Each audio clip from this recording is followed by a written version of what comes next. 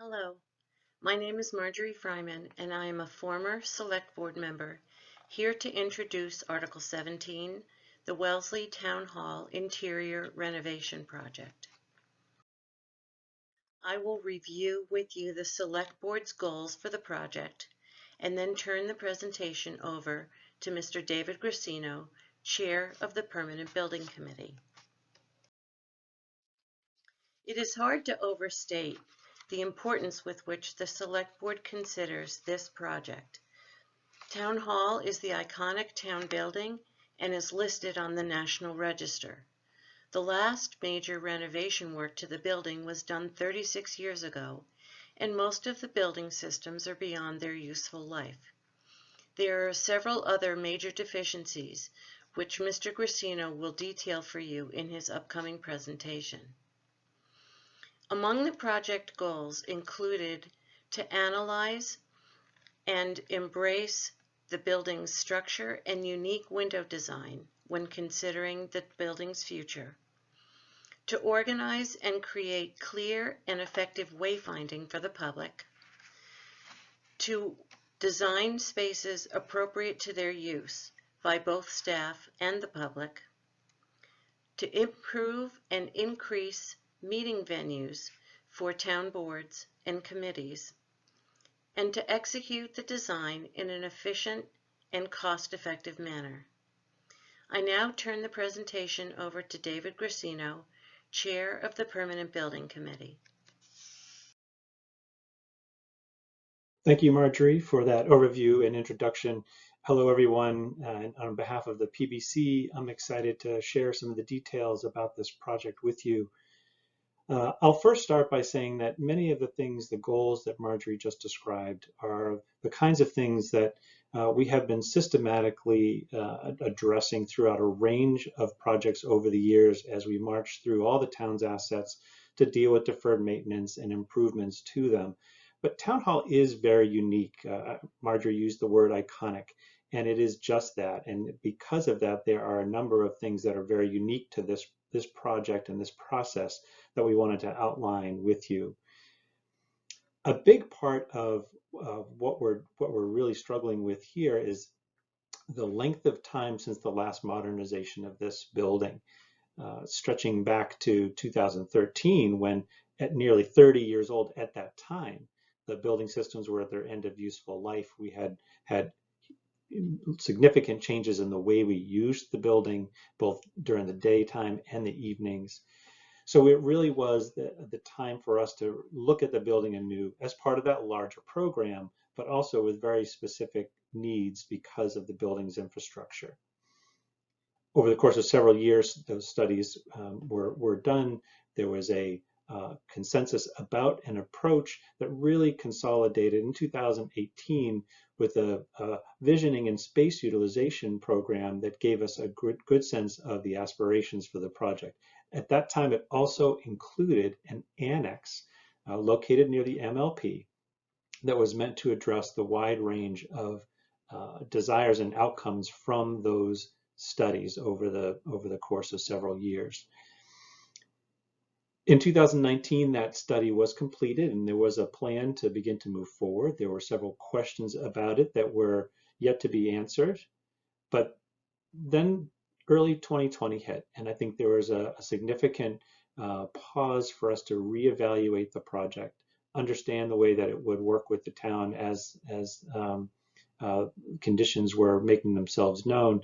And throughout the course of this year, that reevaluation resulted in the removal of the annex as part of the project and the focus solely on Town Hall, making it the best that it can be, addressing these significant deficiencies and systems that were at the end of the useful life, but also trying to use it to achieve all the goals about making it a place that can extend that civic pride, can be a efficient, energy efficient, and also a welcoming place for the public and the users of the building, the employees of the building. And that's where we are here now with this proposal to bring forward the comprehensive renovation of the interior of the building following the comprehensive exterior renovation, which was completed back in 2020.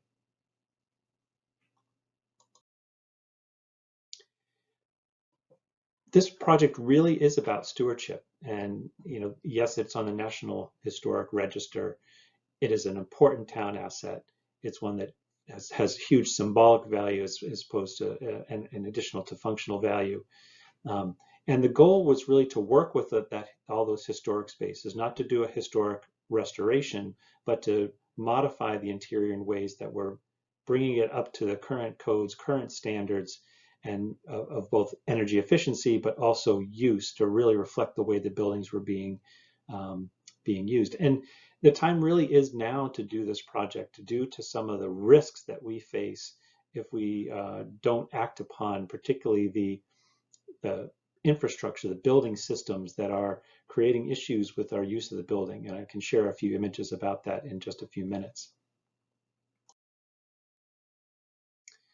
And again, the goal really is to make this something that is complete, both inside and out, in terms of its energy efficiency, its effectiveness to be able to deliver the kinds of programs and uses that are necessary for the town, whether that's the meeting space, people accessing services in the building in a very clear way, and also to really reflect the fact that we do have a very architecturally significant building as the icon for our town.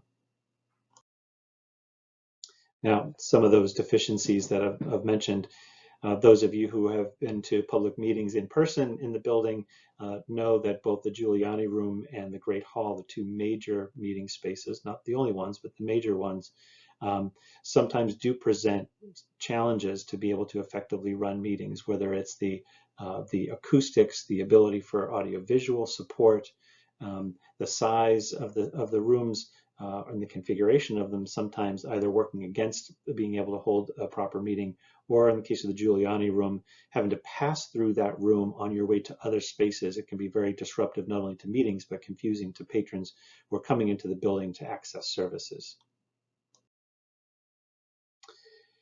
The office spaces are very challenging. That they, in many cases, are very small, have very limited light. Many activities are happening in the same space, both people trying to work, hold outside meetings or internal meetings. There are significant storage issues. So a whole range of things that make the functioning of the building very challenging from an office user on a day-to-day basis. Conference rooms, not the major ones we looked at earlier, but some of the ones that are used by staff frequently. Sometimes there's more storage room than conference room, and there's very little space to have proper internal meetings. And sometimes when there is enough space, it's not fully supported by the technology that we are clearly needing more and more of nowadays as we hold meetings and try to do the work for all the town departments. Now, I know that these drawings are very difficult to read, and it's a very difficult building to navigate. These floor plans really show how cut up the building is into smaller areas, and it does make for a confusing orientation as people try to move through the building, particularly if they are unfamiliar with the building and are coming to try to find particular services or departments. Now, there is signage throughout the building. It sometimes helps, and sometimes it doesn't support the real critical needs of getting people to the place that they need to go. And again, in the upper left here, showing the Giuliani Room, where your major circulation to get to town clerk, for instance, if you come in the main entrance, is right in the middle of a meeting room, or the assessor off to your left. So if there are meetings happening in this space and people are trying to access services, it can present awkward moments and not, again, disruptive to meetings, but also disruptive to people who are trying to find their way. In terms of security, again, the town clerk's office is very open, and there is some concern about security for that space. And there's also a lack of proper storage that fits with the state's guidelines for all our vital records and things that are currently not housed in the kind of protective manner that they need to be for long-term safe storage. One of the critical components of this project is following through on commitments that are demanded of us from the state to be compliant with the American Disabilities Act. And we have a number of places where there is clearances through doorways, inefficient ramps, steps, precluding access to some spaces. There are a range of items we need to address that fall into a number of categories, not only circulation, but restrooms and other elements throughout not only the outside, but the inside of the building as well. I mentioned some of those building systems that are past their useful life. We have had a number of issues, particularly with plumbing. Here, a view of the zoning office, where thankfully a pipe burst, but thankfully it burst at a time when the building was occupied, not over a course of a weekend where real damage could have occurred. But we do have a number of these system failures where pipes are breaking, systems are breaking down, creating real risks to us, financial risks and operational risks to be able to use the spaces. And there are issues outside as well. We do have challenges with our accessible parking spaces, accessible routes from spaces to the doors.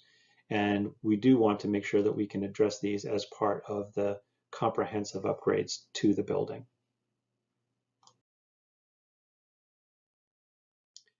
Here, just a list again of all of the different kinds of infrastructural improvements to make both mechanical systems, electrical, fire protection. But there are also some things on here that begin to address the quality of the environment. Daylight, putting people where the light is as a strategy. I'll talk a little bit more about that in a minute. But also beginning to employ materials that are don't present any indoor air quality risks to occupants.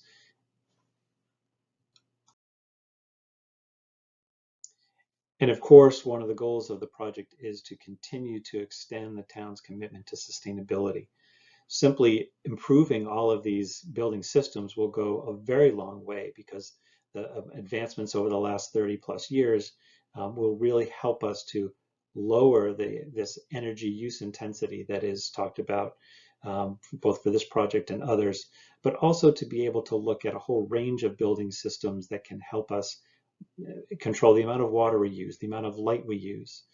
So I think that we have a great opportunity here, and also around the site as well, looking at ways to improve stormwater and other things that can really assist us in achieving the town's sustainability goals. Now, as we look at the interior program, not just the building systems, but the changes to the configuration of that warren of spaces that we saw in that earlier slide, there were a number of things that were driving the process, including right-sizing spaces, making them the appropriate configuration for what was needed on a day-to-day basis by the users.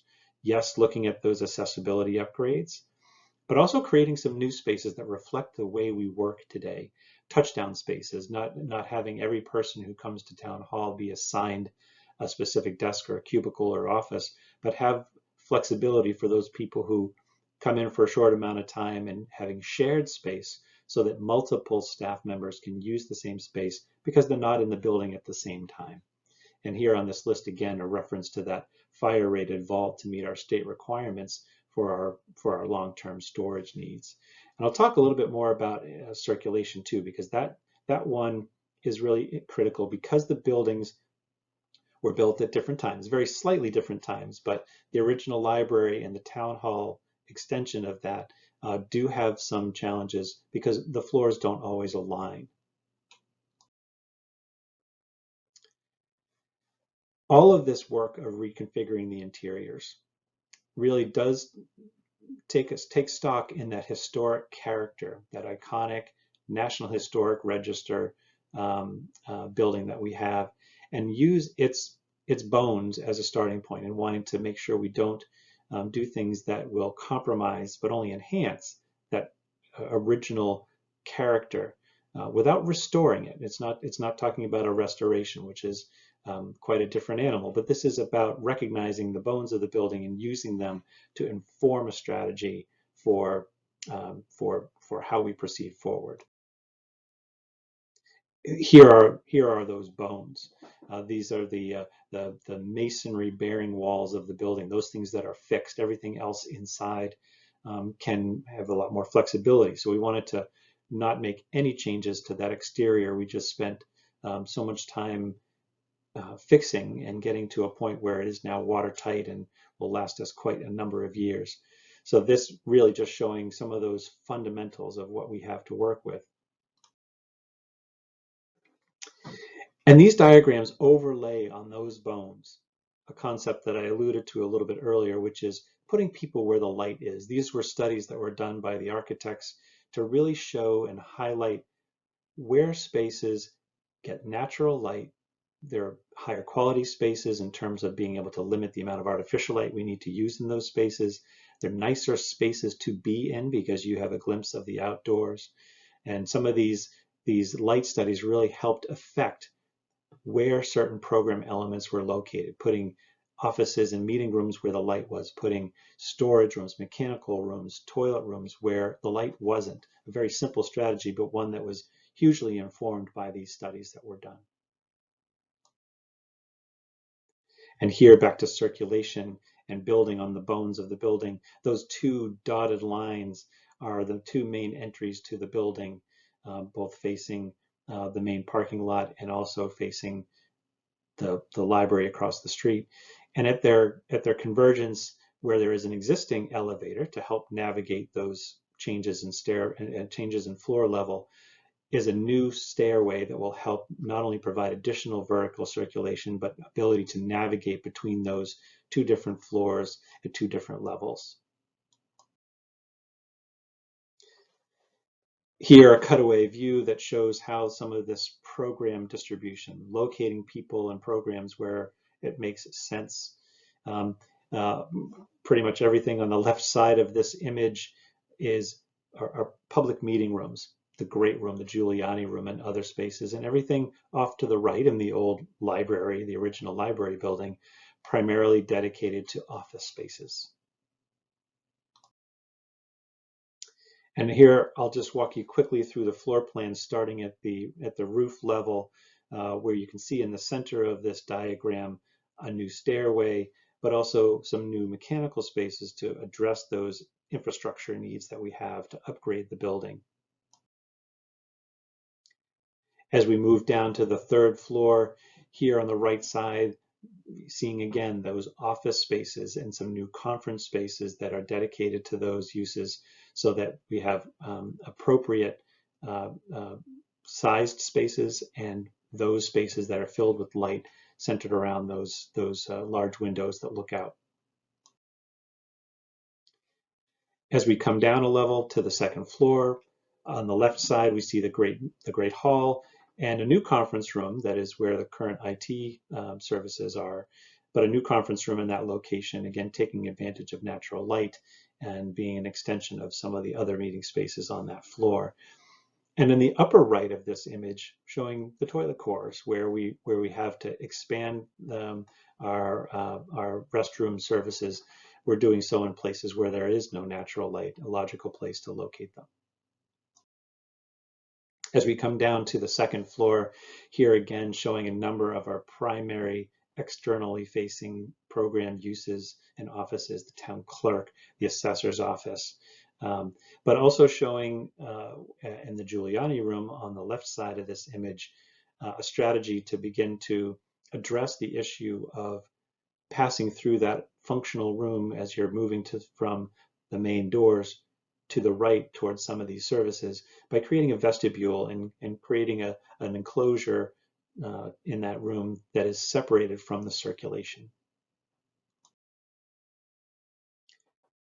And finally, on the lower level, locating offices again on the left side here where we do have some windows, but also putting a lot of our restroom cores, mechanical spaces, IT servers off on the right-hand side where there are no windows.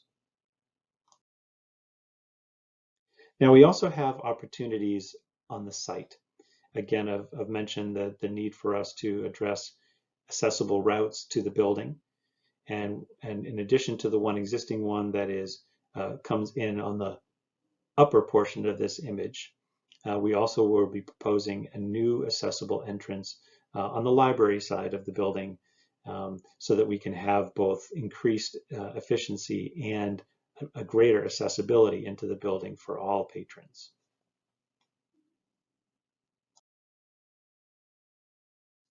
Here, just a quick view of that Giuliani room with that new glass wall in place, providing an opportunity for meetings to be occurring in there without the distraction of people passing through the space.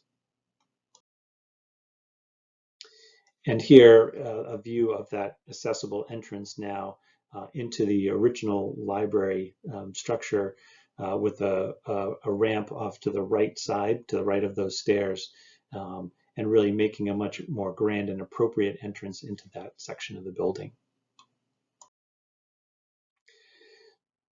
The last thing I wanted to walk through was the schedule and the project costs. Right now, after several meetings stretching back into the fall, we are here at annual town meeting to be able to get the funds to continue the design of the project. From that point forward, we'll move into phases outlined here: construction funds, the debt exclusion, and construction ideally beginning in January of 2023 and completed in the spring of 2024.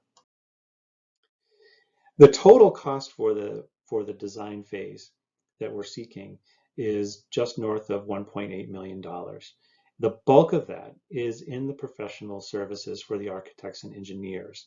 There are also larger sums for the design phase services for the construction manager, and a contingency, because as we head into design and knowing the building complexity, we may need to have additional services as part of this phase, but we have accommodation for that.